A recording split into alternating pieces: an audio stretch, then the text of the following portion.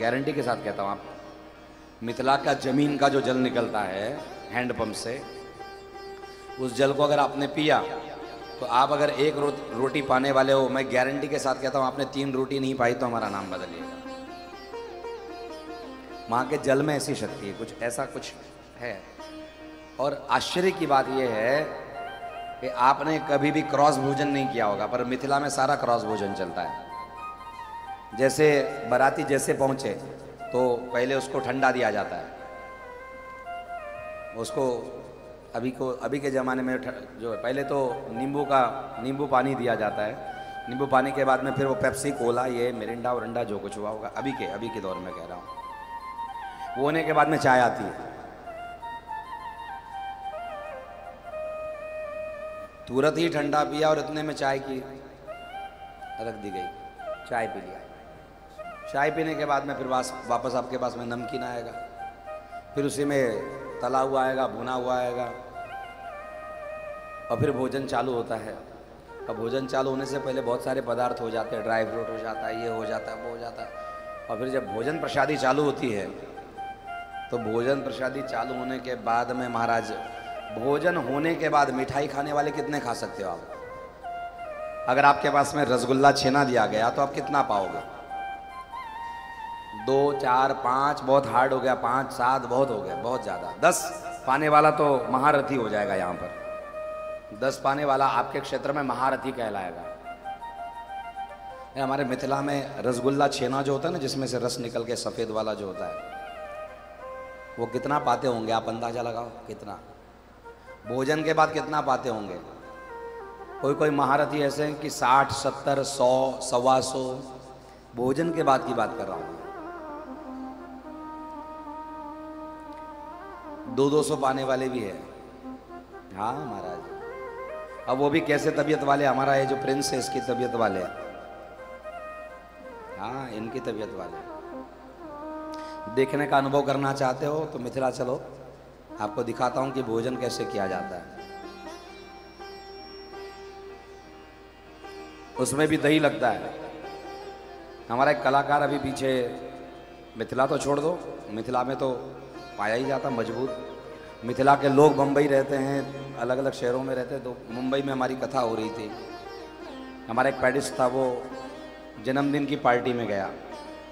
उसी कल वहाँ के आयोजकों के एक जन्मदिन था, तो कहा कि चलो चलो हमारे साथ चलो। तो कलाकारों को ले गए, प्रेम से हंसते खिलखिलाते आनंद ले रहे थे, भोजन पा रहे थे, और नाश्ता चल रहा था उस समय, सिर्फ नाश्ता। और नाश्तों में वो मिठाई चल रही थी, भोजन के बाद वाला सेलिब्रेशन। ऐसे देते गाड़ के। परोसने वाला हमारे यहाँ चम्मच या करछुल से नहीं परोसता, ये हमारे यहाँ की परंपरा नहीं है। हमारे यहाँ परोसने वाला सीधा बाल्टी में हाथ डालता है, ऐसे हाथ में रसगुल्ला ऐसे लेता है और ऐसे निचोड़ता है।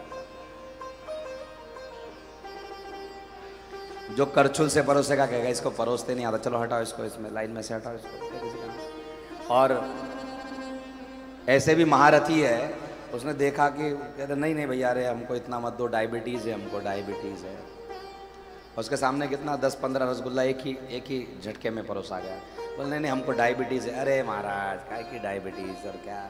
और फिर से वापस निकाला निचोड़ करके, और फिर 20। और वो जानबूझ करके ऐसा रखता है, ऐसा कि परोसने के लिए जगह बची हुई है, तुम डालते रहो, टेंशन मत लो। देखो भंडारा परोसने वाले में खासियत होनी चाहिए कि भोजन करने वाला कितना रसिक है उसको जान करके परोसने वाला चाहिए। अगर कोई ऐसा पूरा कर ले वे बर्तन के ऊपर तो समझ जाना चाहिए कि अब इसको भोजन नहीं चाहिए, पूरा ऐसा बंद कर ले। और कोई अगर ऐसा कहे कि नहीं महाराज नहीं दो, तो वो कह रहा है कि बीच में जगह है डालने के लिए, तुम डाल सकते हो, चिंता की बात नहीं।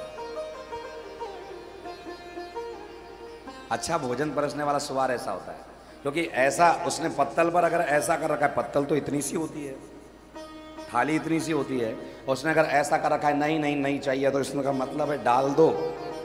वो मना नहीं कर रहा है, वो डालने के लिए कह रहा है, आराम से। भोजन परोसने वाले की खासियत है। वहाँ का जब दही परोसा जाता है तो मटके में दही तैयार किया जाता है, और मटका भी कोई ऐसा वैसा नहीं होता, बढ़िया इतना बड़ा मटका होता है, परोसने वाला भी मजबूत होता है। और उसमें अंदर वो डालता है मिट्टी का, वो सरवा होता है, उसको कहते हैं सरवा।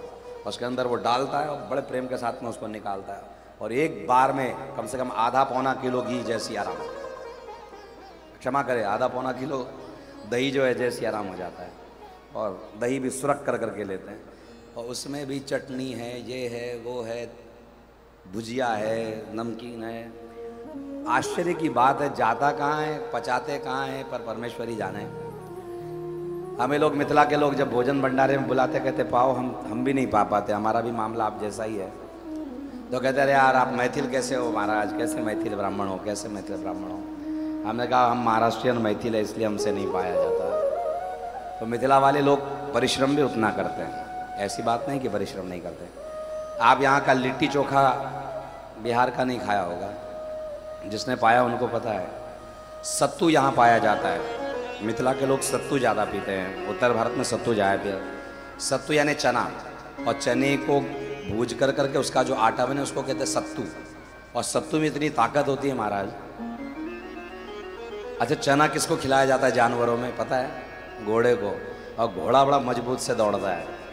उसी प्रकार सत्तू खा खा के उत्तर भारतीय लोग इतना काम करते हैं कि महाराष्ट्रियन लोग परेशान हैं महाराष्ट्र में कि ये लोग 2-2, 3-3 शिफ्ट कैसे कर लेते हैं। हमसे एक शिफ्ट नहीं होता, 6 घंटे का शिफ्ट नहीं हो पाता।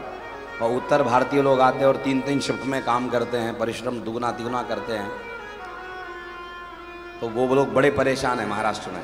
महाराष्ट्र के कामगार बहुत परेशान हैं उत्तर भारत के मजदूरों से। और फैक्ट्री वालों को उत्तर भारतीय मजदूर चाहिए होता है, क्योंकि वो उससे ज़्यादा दुगना तिगुना काम करता है और ज़्यादा डिमांड नहीं रखता। लेकिन सत्तू में जो ताकत है, जो ऊर्जा है, वो अन्य चीज़ों में। तो हमारे यहाँ के भोजन पदार्थ है ना, बड़े ताकतवर होते हैं, बड़े ऊर्जावान होते हैं। यहाँ की भूमि में बड़ी शक्ति है, बड़ी उर्वरा शक्ति है, ऊर्जा बहुत है। तो बड़े सुंदर सुंदर भोज्य पदार्थ भगवान